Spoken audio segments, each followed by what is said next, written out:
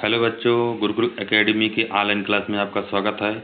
मैं संजीव कुमार वर्मा आपके लिए एसएसटी के चैप्टर 2 से 50 महत्वपूर्ण बहुविकल्पी प्रश्नों को पढ़ाने वाला हूं, जो आपके बोर्ड की परीक्षा में बहुत महत्वपूर्ण साबित होंगे।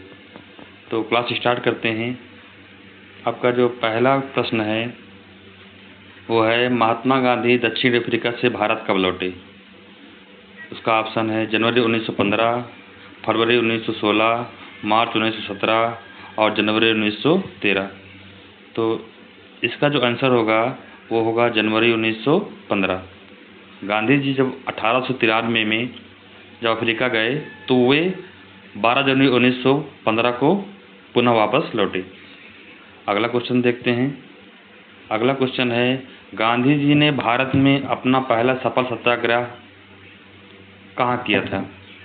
जो इनका सफल आंदोलन था वो उनका पहला कहाँ हुआ था? तो पहला ऑप्शन है खेड़ा, दूसरा है अहमदाबाद, तीसरा है चंपारण और चौथा है बारदोली।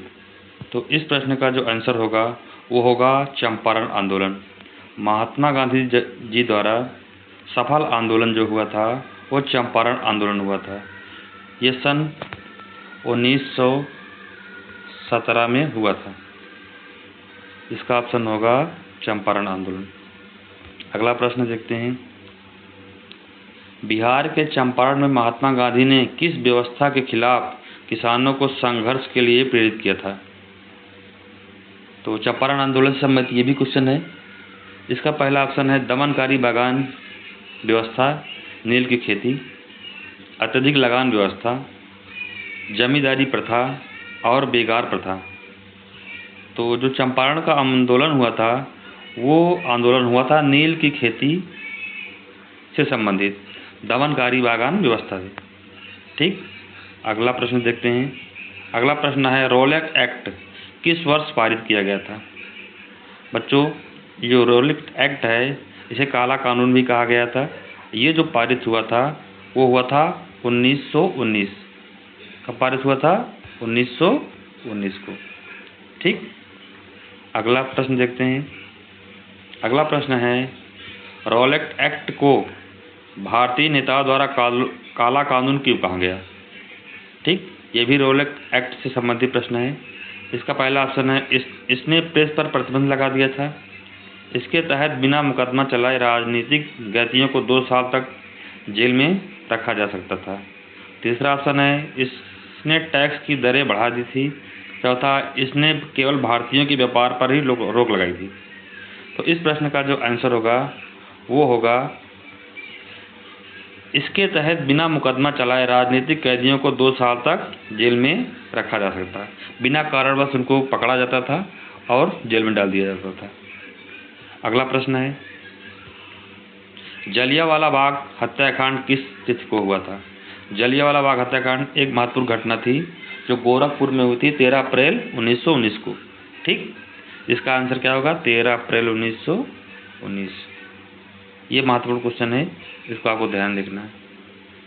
अगला प्रश्न है, जलियांवाला बाग में शांतिपूर्ण भीड़ पर गोलियां चलाने का आदेश किस ब्रिटिश अधिकारी ने दिया था? तो ऑप्शन देखते हैं। ऑप्शन है lord Curzon, general Dyer, lord Irwin, William betting.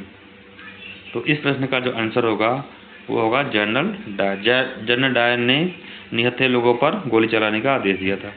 ठीक, अगला प्रश्न देखते हैं। जलियांवाला बाग हत्याकांड के विरोध में किसने ब्रिटिश सरकार द्वारा दी गई नाइटहुड सर की उपाधि वापस कर दी थी? ये इंपॉर्टेंट क्वेश्चन है आपके एग्जाम के लिए।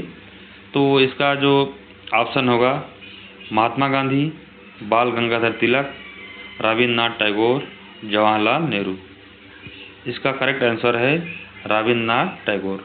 रविन्द्रनाथ टैगोर ने नाइटहुड की उपाधि को वापस कर दी थी जब जलियांवाला बाग हत्याकांड हुआ। अगला प्रश्न देखते हैं। खिलाफत आंदोलन के प्रमुख नेता कौन थे?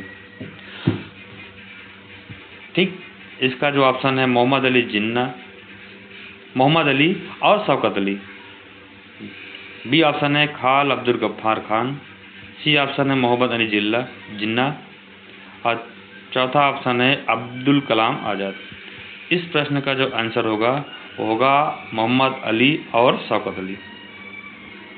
खिलाफत आंदोलन के प्रमुख नेता थे अली बंधु। अगला प्रश्न देखते हैं। अगला प्रश्न है, गांधी के प्रसिद्ध पुस्तक हिंद स्वराज किस वर्ष प्रकाशित हुई थी? 1907, 1909, 1915, 1920। तो यह जो पुस्तक थी उन्होंने स्वराज, हिंद स्वराज जो पुस्तक थी ये उन्होंने लिखी थी 1909 में और उसी वर्ष प्रकाशित भी हुई थी। ठीक, अगला प्रश्न देखते हैं। अगला प्रश्न है, हिंद स्वराज पुस्तक में गांधी जी ने क्या मुख्य विचार मुख्य रूप से प्रस्तुत किया था? तो गांधी जी द्वारा लिखी गई हिंद स्वराज पुस्तक जो लिखी गई थी उसमें उन्होंने क्या प्रकाशित किया था ना? तो इसका ऑप्शन है, अंग्रेजों को बलपूर्वक भारत से निकालना चाहिए, भारत में ब्रिटिश शासन भारतीयों के सहयोग से ही स्थापित हुआ था और चल रहा था, भारत को पश्चिमी सभ्यता को पूरी तरह अपनाना चाहिए, और डी ऑप्शन, केवल संवैधानिक तरीकों से ही आज़ादी मिल सकती थी। इस आंसर का जो करेक्ट आंसर होगा वो होगा, भारत में ब्रिटिश शासन भारतीयों के सहयोग से स्थापित हुआ था और चल भी रहा था। ठीक, अगला प्रश्न देखते हैं। अगला प्रश्न है आपका, कांग्रेस के किस अधिवेशन में असहयोग आंदोलन के कार्यक्रम पर स्वीकृति मुहर लगी थी? तो पहला ऑप्शन है कलकत्ता अधिवेशन, दूसरा है नागपुर अधिवेशन, तीसरा है मद्रास और चौथा है लाहौर अधिवेशन। तो कांग्रेस असहयोग आंदोलन को स्वीकृति जो मिली थी वो मिली थी नागपुर अधिवेशन, नागपुर अधिवेशन। ठीक, नागपुर अधिवेशन। अगला प्रश्न देखते हैं। अगला प्रश्न है, असहयोग खिलाफत आंदोलन कब शुरू हुआ था? पहला ऑप्शन है जनवरी 1921, दूसरा है मार्च 1920, तीसरा ऑप्शन है दिसंबर 1920, चौथा है फरवरी 1922। तो असहयोग खिलाफत आंदोलन जो शुरू हुआ था वो शुरू हुआ था जनवरी 1921 में। ठीक, अगला प्रश्न देखते हैं।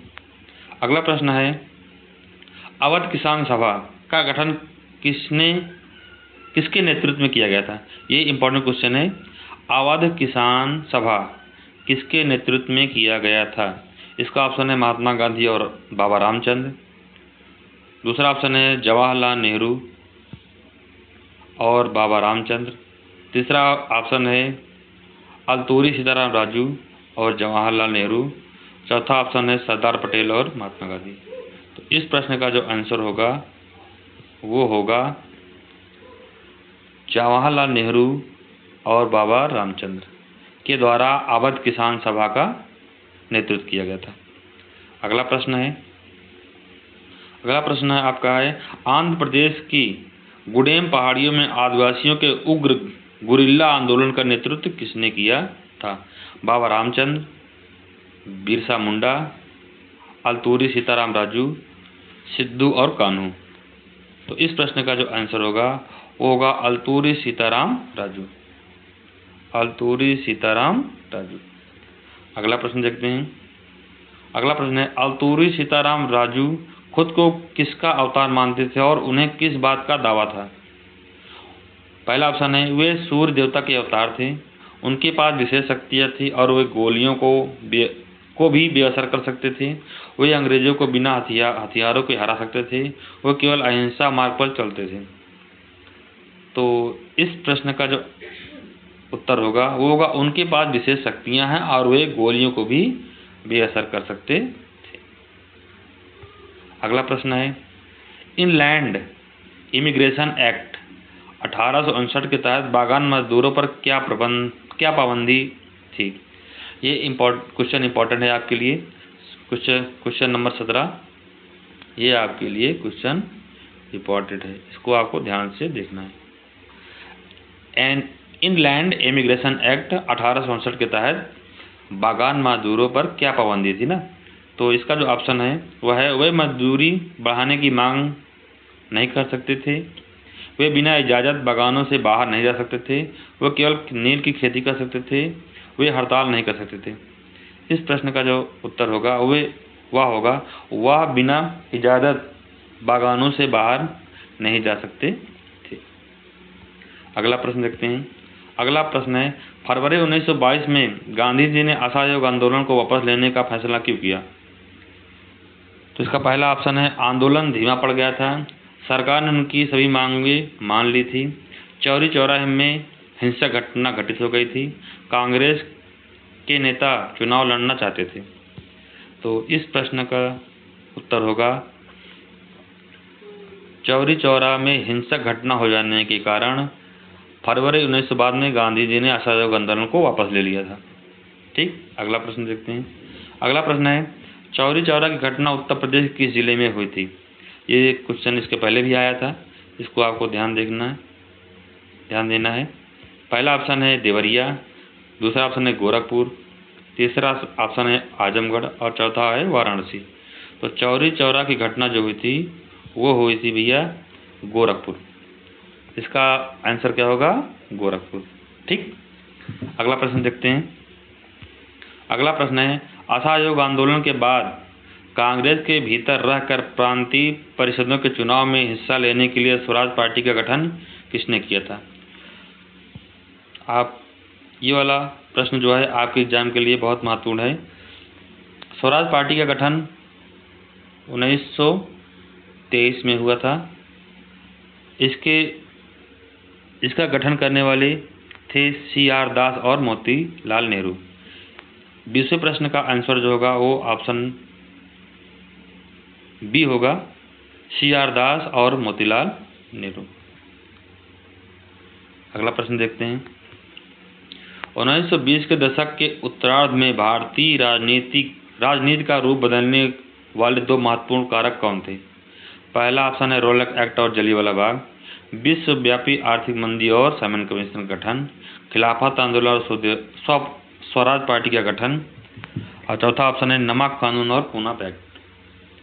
तो 21वें प्रश्न का आंसर होगा विश्वव्यापी आर्थिक मंदी और साइमन कमीशन का गठन।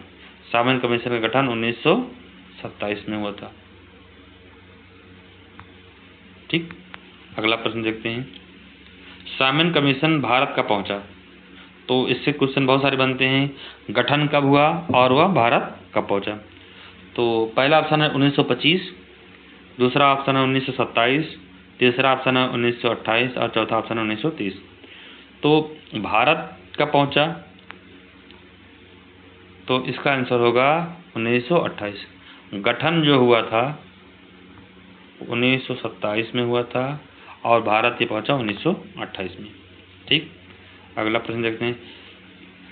साइमन कमीशन का भारत में विरोध क्यों किया गया था? इसका ऑप्शन है, इसमें सभी सदस्य केवल मुस्लिम थे, इसमें एक भी भारतीय सदस्य नहीं था, इसका उद्देश्य भारत का विभाजन करना था, चौथा ऑप्शन है, इसने भारत में स्थानीय कर बढ़ा दिए थे। तो साइमन कमीशन का विरोध होने का प्रमुख कारण जो था वो था इस गठन में, इस कमेटी में एक भी भारतीय नहीं शामिल था।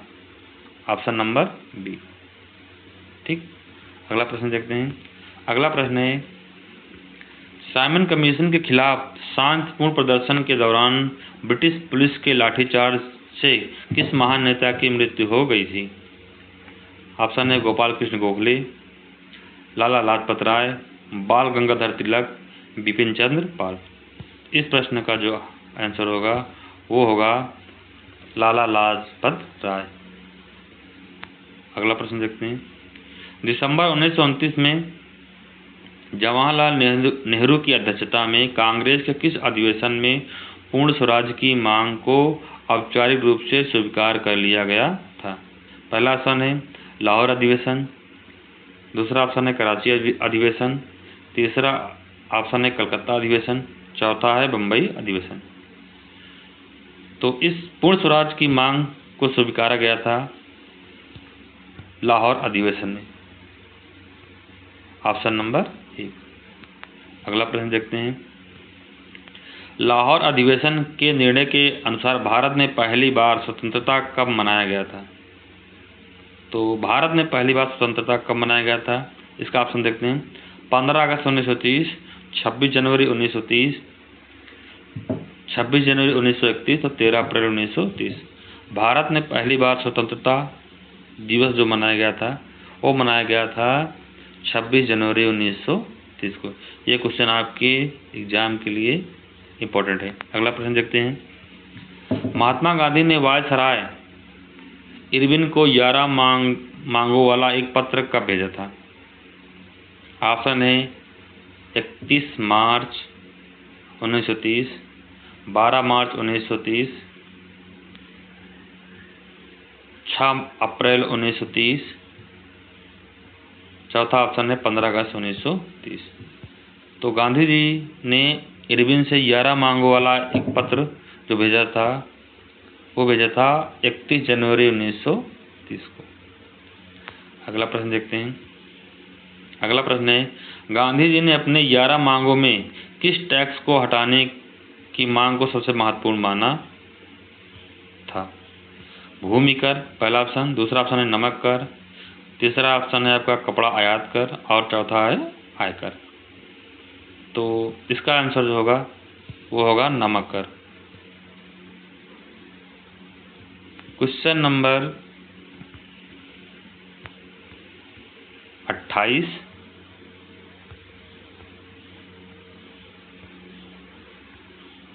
और क्वेश्चन नंबर 27, ये क्वेश्चन आपके एग्जाम के लिए महत्वपूर्ण है। 11 मांगों वाले एक पत्र वाला और इसमें महत्वपूर्ण किसको कहा गया था? अगला प्रश्न देखते हैं। अगला प्रश्न है आपका, साबरमती आश्रम से दांडी तक की दूरी कितनी थी और गांधी जी ने इसे कितने दिनों में तय किया था? पहला ऑप्शन है 200 मील 20 दिन, 240 मील 24 दिन, 150 मील 15 दिन, 300 मील 30 दिन। इसका आंसर होगा 240 मील की दूरी और 14 दिन में तय की थी। अगला प्रश्न देखते हैं।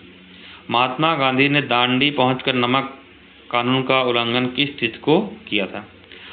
तो पहला ऑप्शन है 12 मार्च 1930, 6 अप्रैल 1930, 5 मार्च 1931 और 14 जुलाई 1930। इस प्रश्न का आंसर होगा 6 अप्रैल 1930 को।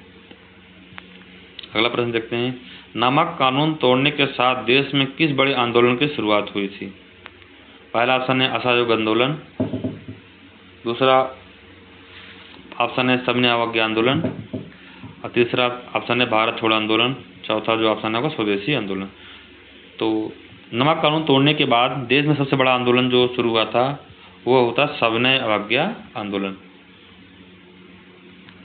अगला प्रश्न देखते हैं। अगला प्रश्न है, सीमांत गांधी के नाम से किसे जाना जाता है जिन्हें अप्रैल 1930 में गिरफ्तार कर लिया गया था? पहला ऑप्शन है खान अब्दुल गफ्फार खान, दूसरा ऑप्शन मौलाना आज़ाद, तीसरा ऑप्शन मोहम्मद अली जिन्ना, चौथा ऑप्शन शौकत अली। तो सीमांत गांधी के नाम से जाने वाले क्रांतिकारी नेता थे अब्दुल गफ्फार खान। अगला प्रश्न देखते हैं। गांधी इरविन समझौते पर किस वर्ष हस्ताक्षर किए गए थे जिसके बाद गांधी ने आंदोलन से स्थगित कर दिया था? पहला ऑप्शन है 5 अप्रैल मार्च 1931, दूसरा ऑप्शन है 6 अप्रैल 1930, तीसरा ऑप्शन है 23 मार्च 1931, चौथा ऑप्शन है 15 अगस्त 1932। इस प्रश्न का आंसर होगा 5 मार्च 1931। 5 मार्च 1931। अगला प्रश्न देखते हैं। अगला प्रश्न है, गांधी इरविन समझौते के तहत गांधी जी किस सम्मेलन में भाग लेने के लिए लंदन जाने पर सहमत हुए थे? प्रथम गोलमेज सम्मेलन, द्वितीय गोलमेज सम्मेलन, तृतीय गोलमेज सम्मेलन, ब्रिटिश संसद समिति। गांधी जी केवल एक ही गोलमेज सम्मेलन में भाग लिए थे, वह था दूसरा आंदोलन, सेकेंड गोलमेज आंदोलन। और तीनों आंदोलन में शामिल होने वाले एक नेता वो थे डॉक्टर भीमराव अम्बेडकर। ये क्वेश्चन आपको याद होना चाहिए। दोनों तरह से क्वेश्चन पूछे जा सकते हैं। अगला प्रश्न है, जब गांधी जी दिसंबर 1931 में द्वितीय गोलमेज सम्मेलन से निराश होकर भारत लौटे तो उन्होंने क्या कदम उठाया? पहला ऑप्शन है, उन्होंने पूरी तरह राजनीति छोड़ दी, उन्होंने सविनय अवज्ञा आंदोलन दोबारा शुरू किया, उन्होंने अंग्रेजों के साथ नया समझौता किया, उन्होंने आमरण अनशन शुरू किया। द्वितीय गोलमेज सम्मेलन से वापस होने के बाद गांधी जी ने उन सविनय अवज्ञा आंदोलन को पुनः शुरू कर दिया। अगला प्रश्न देखते हैं, व्यावसायिक हितों को संगठित करने के लिए भारतीय औद्योगिक एवं व्यावसायिक कांग्रेस का गठन वर्ष किया गया था। पहला ऑप्शन 1920, दूसरा ऑप्शन है 1927, तीसरा ऑप्शन 1930 और चौथा ऑप्शन 1932। तो इस प्रश्न का जो उत्तर होगा वो होगा 1920। अगला प्रश्न देखते हैं, भारतीय वाणिज्य एवं उद्योग महासंघ का गठन 1927 में किस प्रमुख उद्योगपतियों के नेतृत्व में हुआ था? पहला ऑप्शन है जी.डी. बिड़ला और पुरुषोत्तम दास ठाकुर रामदास, दूसरा ऑप्शन है जमशेद जी टाटा और धीरूभाई अंबानी, तीसरा ऑप्शन है जे.आर.डी. टाटा और राहुल बजाज, चौथा ऑप्शन है आनंद महिंद्रा और अजीत प्रेम जी। इस प्रश्न का आंसर होगा जी.डी. बिड़ला और पुरुषोत्तम दास ठाकुर। अगला प्रश्न देखते हैं, महात्मा गांधी ने अछूतों दलितों को क्या नाम दिया और उनके उद्धार के लिए काम किया? पहला ऑप्शन है अनुसूचित जाति, दूसरा ऑप्शन है हरिजन ईश्वर की संतान, तीसरा ऑप्शन है समाज का पिछड़ा वर्ग, चौथा ऑप्शन है सर्वाहारी। तो इस प्रश्न का आंसर होगा हरिजन, इंसान की, ईश्वर की संतान। अगला प्रश्न देखते हैं, डॉक्टर बी.आर. अम्बेडकर ने 1930 में दलितों के लिए किस गठन की स्थापना की थी? पहला ऑप्शन है हरिजन सेवक संघ, दूसरा ऑप्शन है दलित वर्ग एसोसिएशन, तीसरा ऑप्शन बहुजन समाज पार्टी, चौथा ऑप्शन है सत्यशोधक समाज। तो 1930 में दलितों के लिए जो संगठन बनाया था भीमराव अम्बेडकर जी ने, उस संगठन का नाम था दलित वर्ग एसोसिएशन। अगला प्रश्न देखते हैं, डॉक्टर अम्बेडकर और महात्मा गांधी जी के बीच सितंबर 1932 में कौन सा ऐतिहासिक समझौता हुआ था? तो गांधी जी और अम्बेडकर के बीच 1932 में जो समझौता हुआ था वो हुआ था पूना पैक्ट। अगला प्रश्न देखते हैं, पूना पैक्ट का मुख्य परिणाम क्या था? पहला ऑप्शन दलितों को अलग निर्वाचन क्षेत्र मिल जाए, दूसरा ऑप्शन है प्रांतीय और केंद्रीय विधायी परिषदों में दलितों के लिए सीटें आरक्षित की गई, लेकिन मतदान समान निर्वाचित क्षेत्र में ही होना था, तीसरा ऑप्शन है सविनय अवज्ञा आंदोलन पूरी तरह से बंद कर दिया जाए, चौथा ऑप्शन था कांग्रेस और मुस्लिम लीग का विलय हो जाए। तो पूना पैक्ट का जो मुख्य परिणाम था उसमें ये निर्णय निकाला गया कि प्रांतीय और केंद्रीय विधायी परिषदों में दलितों की सीटें आरक्षित की गई, लेकिन मतदान समान निर्वाचित क्षेत्र में ही होना था। इसका आंसर जो होगा वो होगा बी। अगला प्रश्न देखते हैं, 1920 के दशक के मध्य से हिंदू महासभा और मुस्लिम लीग के बीच संबंध क्यों बिगड़ने लगे थे? पहला ऑप्शन है दोनों अलग देश चाहते थे, दूसरा ऑप्शन धार्मिक जुलूसों और सांप्रदायिक टकराव के कारण दोनों के बीच दूरी बढ़ गई, तीसरा ऑप्शन है दोनों सविनय अवज्ञा आंदोलन के खिलाफ थे, चौथा है ब्रिटिश सरकार ने दोनों को प्रतिबंध कर दिया था। तो मुस्लिम और हिंदू महासभाओं के बीच में संबंध बिगड़ने के प्रमुख कारण थे धार्मिक जुलूसों और सांप्रदायिक टकराव के कारण दोनों के बीच दूरी बढ़ गई थी। Option number 20। अगला प्रश्न देखते हैं, मुस्लिम लीग के किस नेता ने मुसलमानों के लिए अलग निर्वाचन क्षेत्रों और भविष्य की विधानसभाओं में आरक्षित सीटों की मांग मजबूती से रखी थी? पहला ऑप्शन है अहमद खान, दूसरा मोहम्मद अली जिन्ना, तीसरा ऑप्शन है शौकत अली और चौथा है बदरुद्दीन तैयब जी। इस प्रश्न का आंसर होगा मोहम्मद अली जिन्ना ने मुस्लिम के लिए अलग निर्वाचन क्षेत्रों की मांग की थी। अगला प्रश्न देखते हैं। 1928 में आयोजित सर्वदलीय सम्मेलन में हिंदू मुस्लिम समझौते की संभावनाओं पर किसने अपनी तीव्र आपत्तियों के कारण पानी फेर दिया था? पहला ऑप्शन है M.R. Jaishankar, Hindu Mahasabha. B option है लाजपत राय। सी ऑप्शन है मदन मोहन मालवीय। डी ऑप्शन है बाल गंगाधर तिलक। इस प्रश्न का आंसर जो होगा वो होगा M.R. जयशंकर, हिंदू महासभा। ठीक, अगला प्रश्न देखते हैं। भारत में राष्ट्र की पहचान को दृश्य रूप देने के लिए सबसे पहली भारत माता की छवि किसने बनाई थी? पहला ऑप्शन है रविन्द्रनाथ टैगोर। दूसरा ऑप्शन है बंकिम चंद्र चट्टोपाध्याय। तीसरा ऑप्शन है अवनीश चंद्र टैगोर। चौथा है सुब्रमण्यम भारती। इस प्रश्न का आंसर होगा बंकिम चंद्र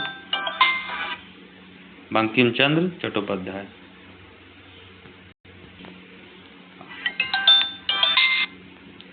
अगला प्रश्न देखते हैं। अगला प्रश्न है, भारत का प्रसिद्ध राष्ट्रगीत वंदे मातरम किसने लिखा था, जिसे बाद में उनके उपन्यास आनंद मठ में शामिल किया गया था? पहला ऑप्शन है बंकिम चंद्र चट्टोपाध्याय। दूसरा ऑप्शन है रविन्द्रनाथ टैगोर। तीसरा है मैथिली शरण गुप्त। चौथा इकबाल। इस प्रश्न का आंसर होगा बंकिम चंद्र चट्टोपाध्याय। अगला प्रश्न देखते हैं। अवनीश चंद्र टैगोर द्वारा बनाई गई भारत माता की प्रसिद्ध पेंटिंग में उन्हें किस रूप में देखा गया था? एक युद्ध लड़ती हुई वीरांगना, एक सन्यासिनी के रूप में जो शांत, गंभीर और आध्यात्मिक हो। तीसरा ऑप्शन है एक ब्रिटिश रानी के रूप में। चौथा एक साधारण ग्रामीण महिलाओं के रूप में। इस प्रश्न का उत्तर होगा एक सन्यासी के रूप में जो शांत, गंभीर और आध्यात्मिक हैं। अगला प्रश्न देखते हैं। मद्रास में the folklores of southern India के नाम से 4 खंडों में तमिल लोक कथाओं का विशाल संकलन किसने प्रकाशित किया था? इस प्रश्न का आंसर होगा नटेशा शास्त्री। अगला प्रश्न देखते हैं। स्वदेशी आंदोलन बंगाल के दौरान तैयार किए गए तिरंगे झंडे में कौन से 3 रंग थे और उसमें क्या खास प्रतीक था? पहला ऑप्शन है केसरिया, सफ़ेद, हरा और मध्यम में चरखा। दूसरा ऑप्शन है लाल, हरा, पीला और ब्रिटिश भारत के 8 प्रांतों का प्रतिनिधित्व करते 8 कमल के फूल व एक आदर्श चंद्र। सी ऑप्शन है लाल, सफ़ेद, नीला और एक उगता हुआ सूरज। डी ऑप्शन है हरा, पीला, काला और एक त्रिशूल। इस प्रश्न का आंसर होगा लाल, हरा, पीला और ब्रिटिश भारत के 8 प्रांतों का प्रतिनिधित्व करते 8 कमल के फूल व एक अर्धचंद्र। बस आज के लिए इतना ही क्लास। यदि कोई प्रश्न समझ में ना आया हो तो आप कमेंट में पूछ सकते हैं, मैं आपकी पूरी मदद करने में सहायता करूँगा। आज की क्लास इतना ही। जय हिंद।